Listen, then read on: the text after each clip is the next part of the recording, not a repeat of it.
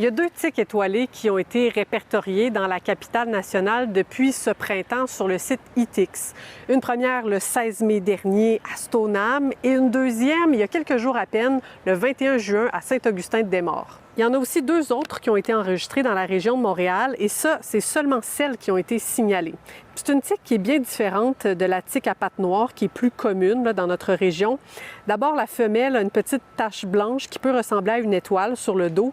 Elle est beaucoup plus agressive que la tique à pattes noires. Elle se déplace plus rapidement et pique davantage. Mais surtout, la salive de cette tique étoilée peut rendre allergique à la viande rouge. Le molécule alpha-gal est retrouvé chez la plupart des mammifères, à l'exception des humains, et c'est transmis chez l'humain avec la salive de la tique pendant la piqûre. Et c'est comme ça qu'il y a cette réaction-là. Ce syndrome-là, ça peut être assez grave parce que c'est une réaction allergique. Alors, dans certains cas, ça peut causer un peu comme un choc anaphylactique, ça peut être vraiment extrême comme réaction. Ça peut arriver en décalage. Alors, 2 à 6 heures après la consommation de viande rouge ou d'autres produits à l'issue des mammifères comme la gélatine ou certains produits laitiers. Ici, le risque reste très faible. Très, très faible parce que la tique est ici de façon ponctuelle. La tique étoilée provient du sud-est des États-Unis et du Mexique et commence à élargir son territoire vers le nord du continent.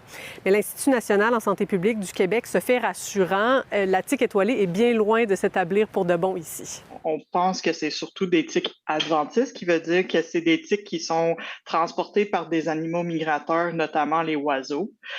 Puis c'est pour ça qu'on les voit de façon vraiment ponctuelle. Une des plus grandes raisons pourquoi cette tique-là n'est pas établie encore, c'est parce que ça prend quand même des températures un peu plus chaudes que les tiques qui sont établies ici en ce moment. Ça prend aussi qu'il y a plusieurs tiques qui sont dans la même localisation pour qu'une population s'établisse.